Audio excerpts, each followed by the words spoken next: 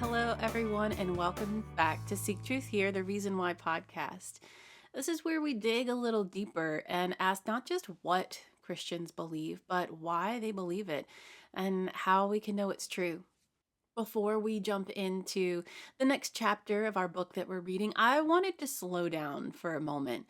We've been walking through the opening chapters of Mere Christianity by C.S. Lewis, and I know that there's a temptation, especially if you like clarity, to rush ahead to get to the explicitly Christian claims as fast as possible.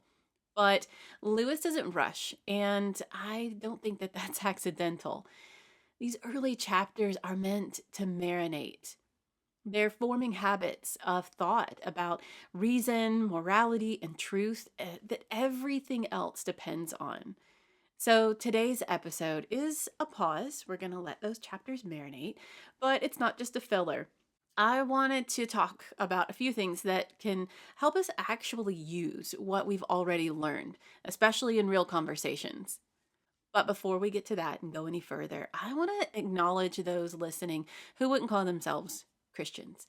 If you're here, even skeptically, that matters. And I'm so glad you're here. It takes a lot of humility to seriously consider the possibility that you might be wrong about something important. And that humility is something Lewis deeply respected. Remember, he was an atheist well into his adulthood. He took years to really consider all this before making his decisions about what he would believe. So I applaud you for being here, and I'm praying for you, and I hope you stick around. Believers, we don't get a free pass either, because good reasoning, which is what we're going to be talking about this episode, requires humility from everyone. So my hope is that this episode doesn't feel like an argument being aimed at anyone, but like an invitation to think carefully and honestly together. I've noticed that a lot of times conversations about God, they don't collapse because someone delivered some kind of knockout argument. Again, that's not what we're going for. But they collapse because something quieter and more subtle happens. Someone realizes they don't know how to explain what they believe, or they never really thought past the surface of their worldview, or a question hits closer to home than expected. I myself have experienced these, especially in my early adulthood, when my faith was first questioned and I didn't have any answers because I'd never really thought about it. I walked away from the Lord for a few years because I didn't know anything past the surface of what Christians believe. And when that happens, believer or unbeliever, we can tend to default to emotion, whether it's anger or embarrassment, dismissiveness, sometimes even sarcasm and condescension. None of those build understanding. None of those build trust. And that's what we're after. The conversation either derails or just politely dies. And that's not what we want. We want to be able to have conversations with people and build relationships, no matter how brief they may be. I think one thing that's important to notice is that a lot of times the problem usually isn't belief, it's in our reasoning. So, we're going to talk about logical fallacies and reasoning. We've touched on it a couple of times before in previous episodes, but I wanted to dig a little bit deeper. Don't worry, this is not going to be some sort of master class on philosophy or reasoning because it would be way over my head. I'm just going to give a couple of examples to help us have better conversations. A logical fallacy isn't a fancy debate term. It's a breakdown in reasoning, something that sounds persuasive but doesn't actually help us move closer to the truth. And most people don't use fallacies on purpose or maliciously. They use them when they feel uncomfortable, cornered, or unprepared. We ourselves can use them just as much as the other side. So it's really important to learn how to spot them because it's not about winning arguments. It's about rescuing conversations, whether we have infused logical fallacies or the other person is. Fallacy number one, the straw man. A straw man happens when someone responds to a distorted or exaggerated version of what you said. For example, you might say something like, I think belief in God helps explain why moral values feel binding. And the person you're talking to responds with, "Oh, so you think atheists can't be good people?" Well, that's not what was said. The original claim was about explanation, not moral worth. Another example you might see is someone might say, "I think we should have more oversight on social media algorithms." And then another person responds with, "Oh, so you want the government to control everything we say?" Again, that's a distortion of the original claim. Now, how to identify straw man arguments? You might feel like you're defending a position you don't actually hold, or your view suddenly sounds more extreme than you intended. And then possibly the emotional temperature rises fast. So, how can you salvage a conversation that has had a straw man introduced? Easy. You can say, "That's not quite what I'm saying," or "That's not how I meant for that to sound. Can I try again and restate it?" Accuracy, it's an act of respect, and truth matters. And if truth matters, then accuracy matters too. And that doesn't mean that you have to always be accurate in everything that you say, that you can't get something wrong. We are all human. We make mistakes. That's totally fine. What I'm talking about here in accuracy is that we want to make sure that we're on the same page when we're talking with someone, because otherwise we're going to be talking past each other and it's not going to get anywhere. Fallacy number 2, ad hominem. Now, this one you will encounter a lot if we are in an election year. This happens when the conversation shifts from the claim to the person making it. For example, someone might say something like, "Well, you only believe that because you were raised Christian," or "You're only a Christian because you were raised in America. If you had been raised in the Middle East, you'd be Muslim, or in India, you'd be Buddhist." And that might explain background, but it doesn't address the truth.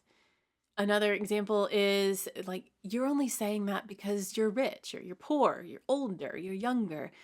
Like my kids, when I tell them that if you eat a ton of sticky, sugary candy, you're going to get more cavities. And I know that that's true. Well, they might think that I'm only saying that because I'm an old person. And while it is true that I do have that knowledge and a good basis for that claim because I'm older, it doesn't remove the fact that what I'm saying is true. Now, how to identify this ad hominem logical fallacy? Well, the argument becomes psychological instead of logical. Personal history replaces evidence. And you feel subtly dismissed rather than answered. How to salvage a conversation that has had an ad hominem in it? You can say, "That might explain why I believe this, but does it make it false?" That brings the focus back to the truth without attacking anyone. Okay, moving on from logical fallacies, I just want to touch on moral relativism versus absolute truth.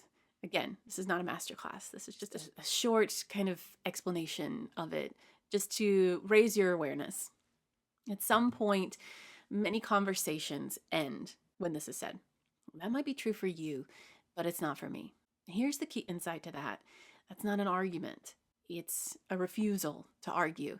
It's a stop of communication. And it might be very polite. They might say it very lovingly, like, "I'm so happy for you that you have found your truth." That's not my truth, though. It denies that truth applies equally to both of us.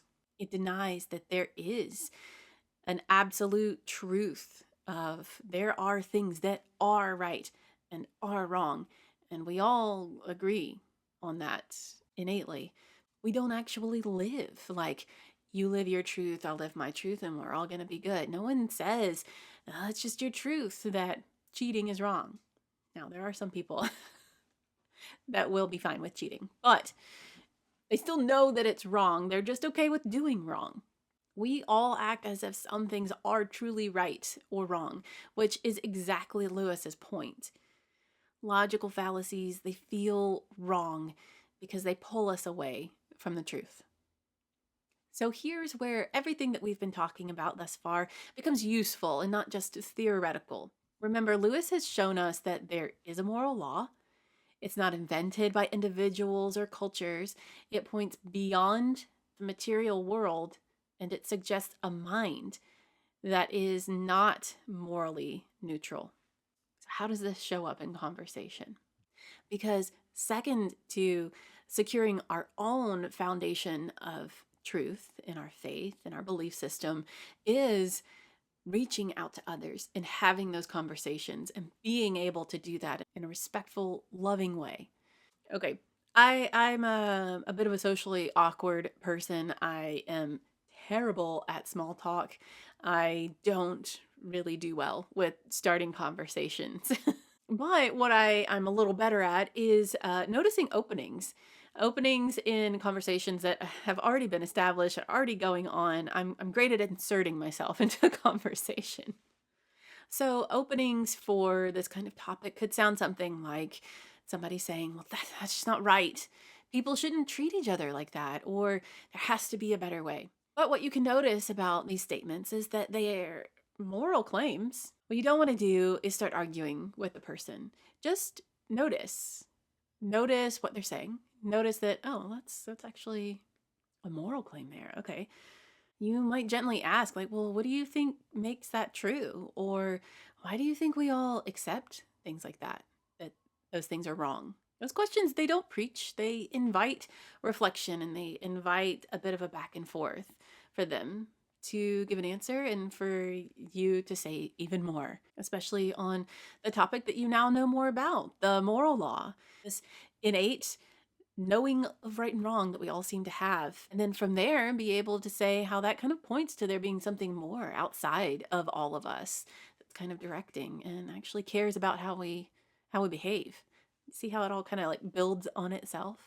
Now, with starting conversations, it can feel weird. It really can. And I myself, like, I'm gonna be weird, and I've just accepted that. And most people that know me they're used to it. And but just go for it. You don't want to start with something like, "Hey, let me explain the moral law to you," because that is just really weird and a bit off-putting and jarring to somebody who has not given this any thought. You could start with something like, "I've been reading this book recently," or "I've been listening to this podcast recently, and it's got me thinking about how like we all seem to agree there are certain things that are wrong, like no matter what culture we come from, and I just can't get that out of my head. What do you think about that? Have you ever thought about that?" Or you could say, I've been listening to this podcast that's proving God exists without using the Bible. And I used to think morality was just preference, but the more that I think about it, the less it makes sense. What do you think? Again, you might be nervous, feel uncomfortable. It's okay because we're just wanting to get this conversation going, this back and forth. The goal isn't to corner someone, it's just to reason with them, to talk to them and season our words with salt. I don't know if you're like me, but a lot of times I have passed up opportunities to talk with people because I've got the future in my mind and I'm thinking, okay, I've got to plant these seeds. I've got to make sure I tell them this right thing and this right thing. And then what if they say this? And then what about, are they going to get saved? And then how do I do that? Chill out. just just relax. Go ahead and take that burden off your shoulders because none of that is your responsibility.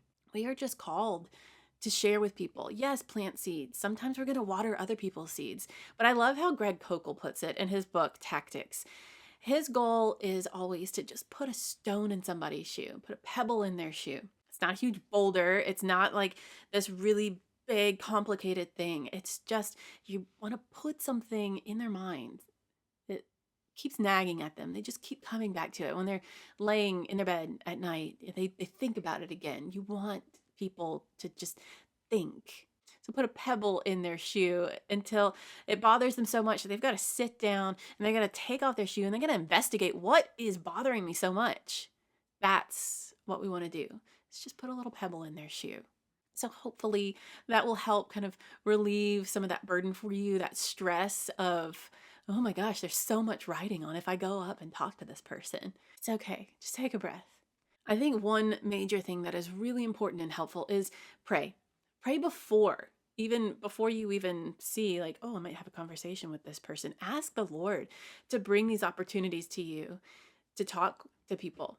And then during, even ask the Holy Spirit, please speak through me. Like, tell me what you want me to say. And just trust that what he's putting on your heart is going to speak to them because he knows what they're thinking. He knows what they're going through. And it might sound weird to you, but Go with where the Holy Spirit is leading you in that conversation. And then pray afterwards too.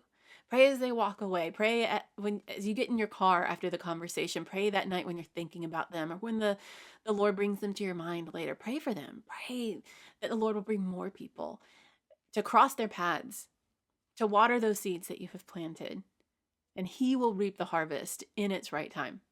So this episode is not about memorizing logical fallacies. Like, there's not going to be a quiz afterwards. It was just about learning to slow conversations down, to care about truth and people more than our egos.